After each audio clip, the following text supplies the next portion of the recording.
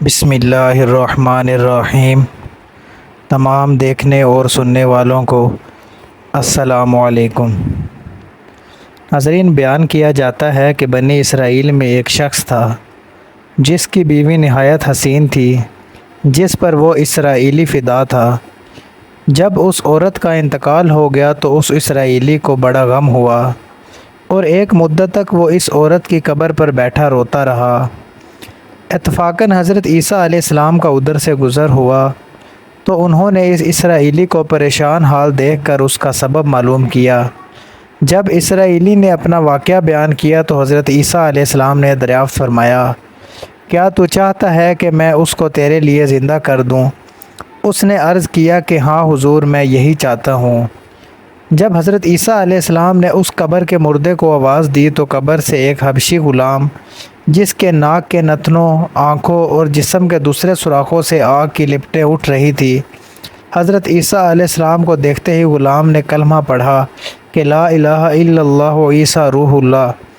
اسرائیلی نے یہ دیکھ کر عرض کیا کہ حضور، مجھ سے غلطی ہو گئی، میری بیوی کی قبر تو دوسری ہے۔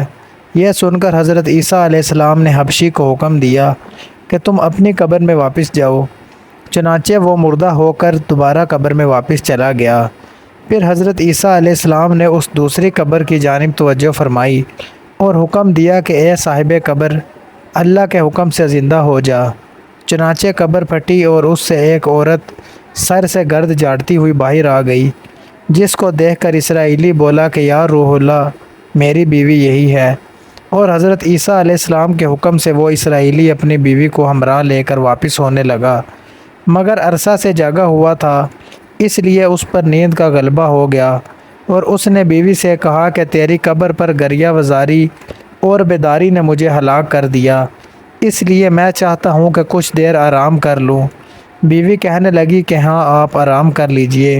چنانچہ وہ اسرائیلی بیوی کے زانوں پر سر رکھ کر سو گیا۔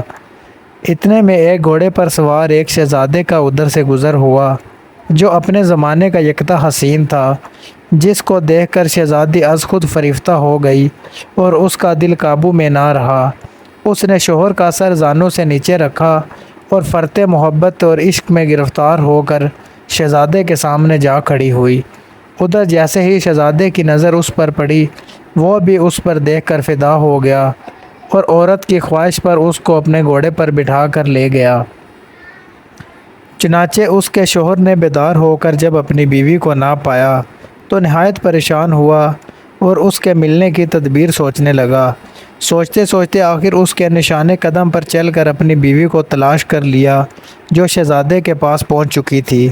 اس کو دیکھ کر اسرائیلی نے شہزادے سے عرض کیا کہ یہ میری بیوی ہے، آپ اس کو چھوڑ دیجئے۔ ابھی شہزادہ کچھ کہنے ہی نہ پایا تھا کہ اس عورت نے کہا کہ میں تیری بیوی نہیں بلکہ شہزادے کی لونڈی ہوں۔ یہ سن کر شہزادہ اسرائیلی سے کہنے لگا، کیا مجھ سے میری لونڈی کو لینا چاہتا ہے؟ اس نے کہا کہ خدا کی قسم، یہ میری بیوی ہے جس کو میرے سردار حضرت عیسیٰ علیہ السلام نے مرنے کے بعد میرے لیے زندہ کیا ہے۔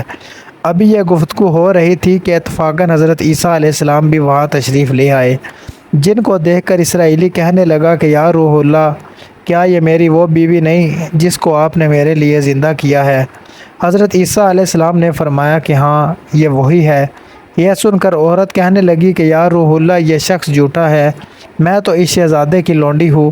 حضرت عیسیٰ علیہ السلام نے فرمایا کہ کیا تو وہ عورت نہیں جس کو میں نے اللہ تعالیٰ کے حکم سے زندہ کیا؟